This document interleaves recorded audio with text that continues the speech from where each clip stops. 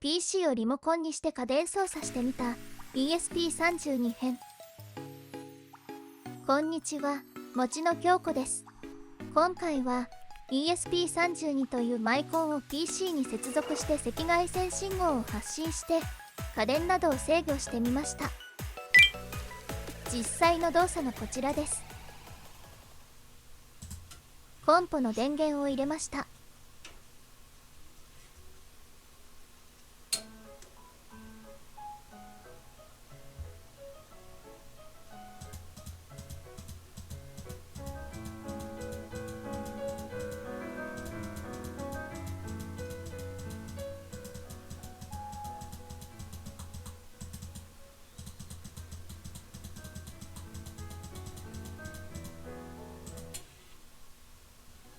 このような感じで PC からリモコン操作を行えるようにするものです。モジュールはこのような感じでブレッドボード上に作成しました。それではここから順番に詳しく見ていきます。まずマイコンの紹介と簡単な動作確認を行い、回路図を作成、接続してソフトの作成と赤外線リモコンの送信コードを調べて、最後に動作テストを行います。まず ESP32 の紹介です。 240MHz、32ビットデュアルコア CPU で 520KB の RAM と 4MB のフラッシュを搭載し、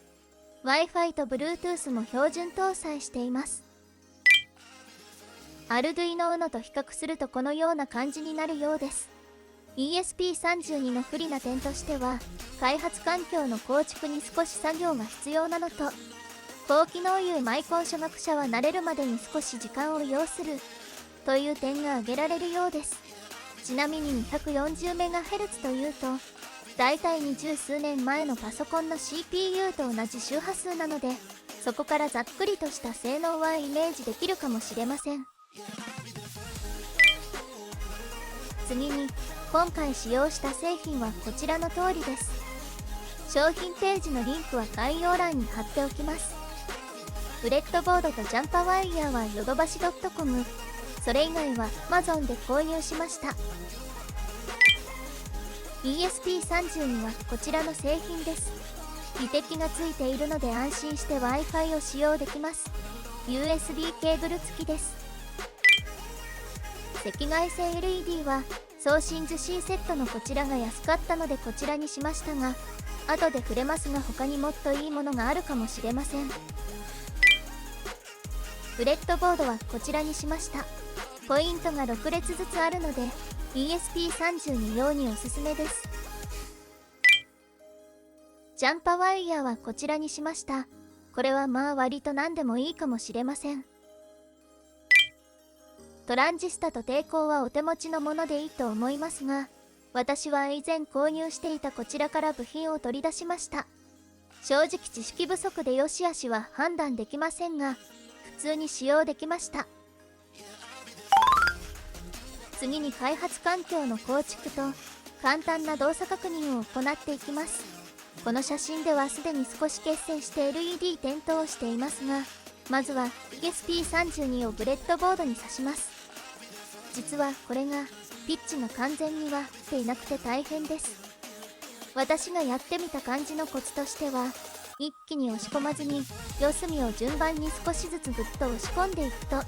折れたり曲がったりせず奥まで差し込めるなという感じでした。差し込めたら PC と USB 接続しておきます。次に開発環境の Arduino IDE をインストールします。検索して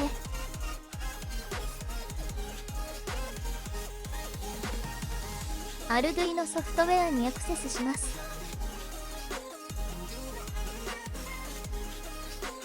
Windows 用をダウンロードします。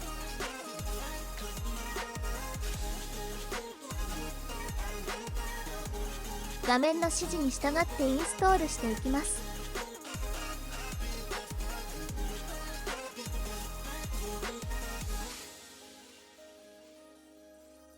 完了しました。そのまま起動します。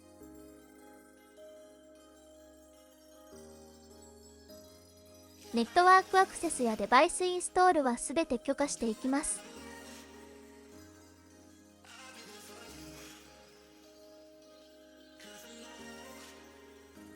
メニューのファイル、プリファレンスのランゲージを日本語にします。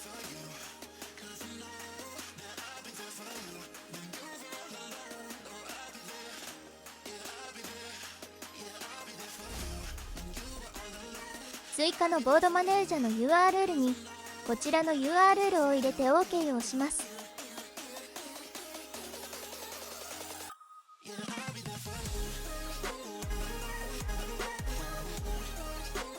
メニューのツール、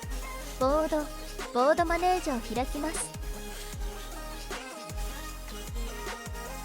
ここでこのボードをインストールしていますが、どうやらこれは不要だったようです。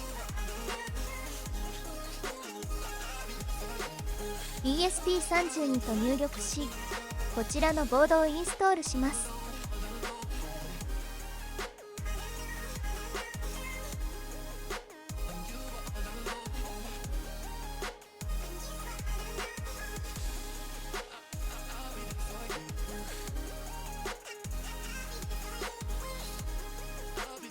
完了しました。次にボード選択です。ツール、ボード、ESP32 の ESP32 デブモジュールを選択します。ここでデバイスマネージャを開いて、どのコムポートを使用しているか調べます。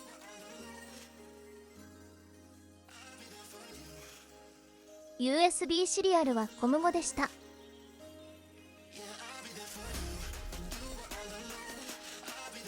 Arduino IDE に戻り、ツール、ポートからコム5を選択します。ここで動作確認用のボードの決線をしておきます。こちらの写真と回路図の通り、GPIO 用に2と書いてあるピンとグランドの間に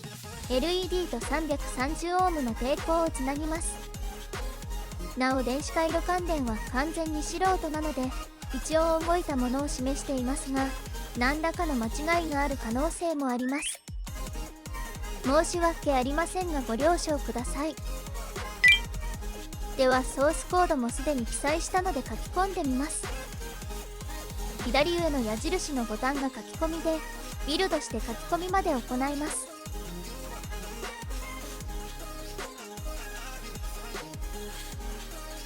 ビルド、書き込みが終わると自動的に実行されるようです。ボード側を見ると LED が1秒間隔で点滅しています。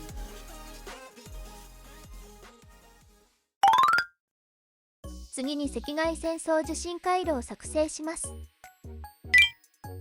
赤外線受信モジュールは受信面を前に向けてピンが左から合うとグランド VCC になっているので、それぞれ図のように接続します。その他も図のように接続しますが、回路はよくわからず AI に書いてもらったので、これがベストかは正直なところわかりません。赤外線 LED はテレビとコンポに向けるために2個接続しています。もしお気づきの改善点などがあればコメントいただけると大変助かります。ここからはソフトウェアを作成していきます。左のライブラリマネージャのアイコンを押してこちらのライブラリをインストールします。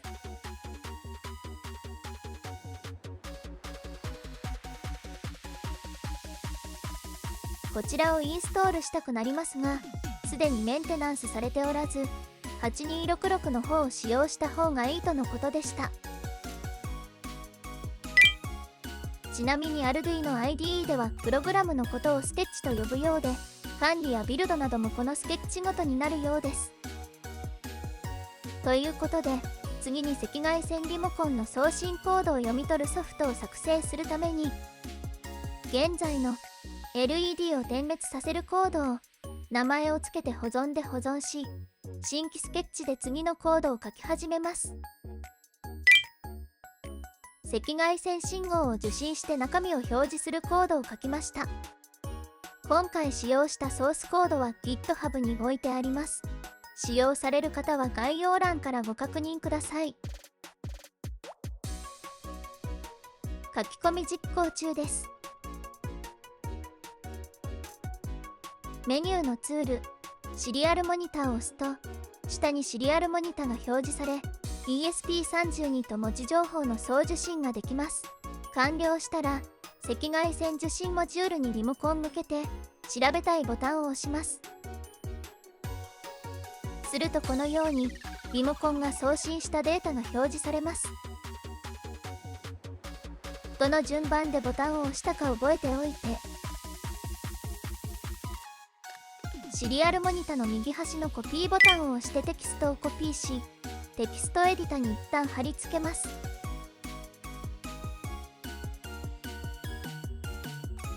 それぞれのデータに何のボタンのものかをメモしておきます。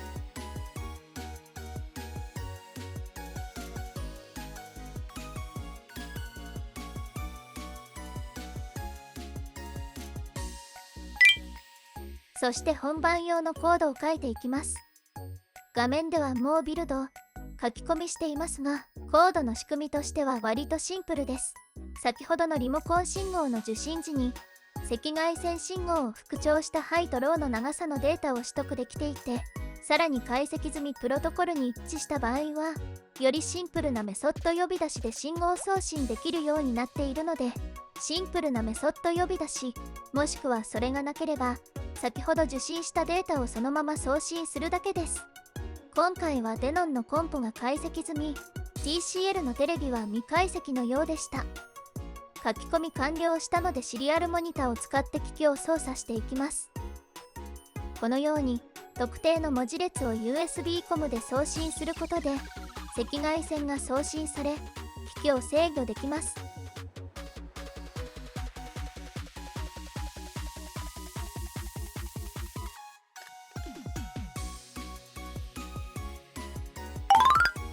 ここで冒頭で見た実動作の様子をもう一度見てみます。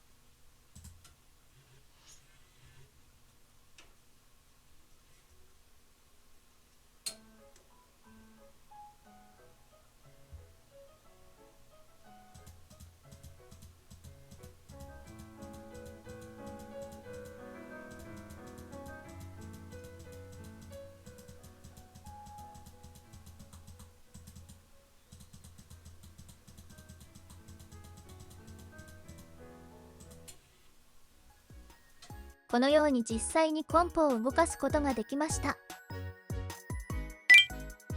ここで使用している GUI アプリは Python で PySerial と TK インターンを使って作ったもので、仕組みはシンプルで押したボタンに応じて先ほど手動で送っていた USB コムへの信号送信をしてくれるものです。シンプルと書いていますが AI が全てコードを書いてくれました。